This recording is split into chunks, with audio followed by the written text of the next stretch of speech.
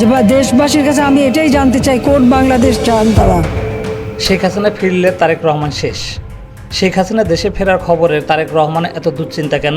Other party was in power. What was the situation in the country? Sheikh Hasina কি আদৌ বাংলাদেশে ফিরতে পারবেন? শেখ হাসিনার এই ঘোষণা কি দেশের রাজনীতির বড় কোনো ঝড় আসতে চলেছে?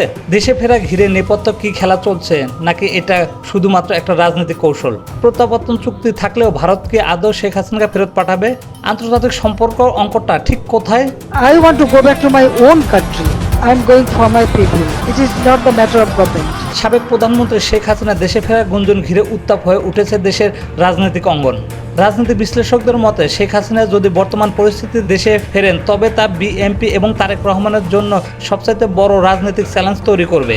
যাদের সাথে আমাদের স্বার্থ বজায় থাকবে না, স্বার্থ ঠিক থাকবে না দেশের মানুষ। দীর্ঘদিন ধরে দেশের বাইরে থাকা তারেক রহমান যখন নতুন রাজনৈতিক সমীকরণ ও নির্বাচনের প্রস্তুতি গুরুত্ব দিচ্ছে, ঠিক তখনই শেখ হাসিনা প্রত্যাবর্তন মাঠের রাজনীতি বড় ধরনের ক্ষমতার ভারসাম্য বড় ধাক্কা দিতে পারে। আওয়ামী লীগকে ঘিরে পুনর্বাসিত করা এবং রাজপথের দখল ফিরিয়ে নেওয়ার ক্ষেত্রে শেখ হাসিনার উপস্থিত দলীয় নেতাকর্মীদের জন্য এক বিরাট বড় প্রভাব ফেলবে। অন্যদিকে বিএনপি মনে করছেন সাবেক প্রধানমন্ত্রী দেশে ফেরা এবং দীর্ঘদিন ধরে গড়ে তোলা আন্দোলন ও রাজনৈতিক কৌশল প্রশ্নের মুখে ফেলতে পারে।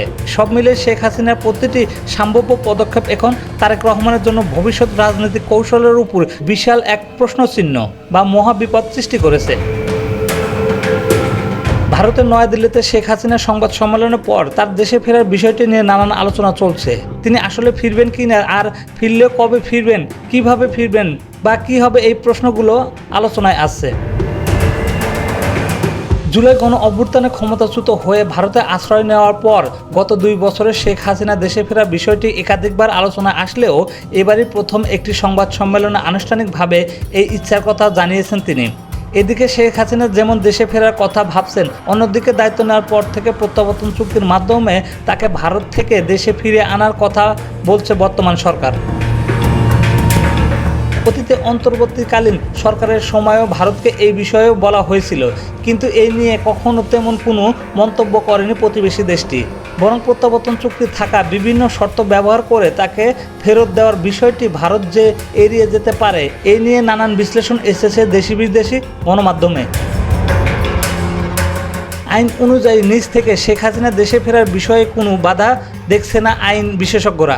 এক্ষেত্রে দেশে আসার পর আইনি প্রক্রিয়ার মাধ্যম দিয়ে তাকে যেতে হবে।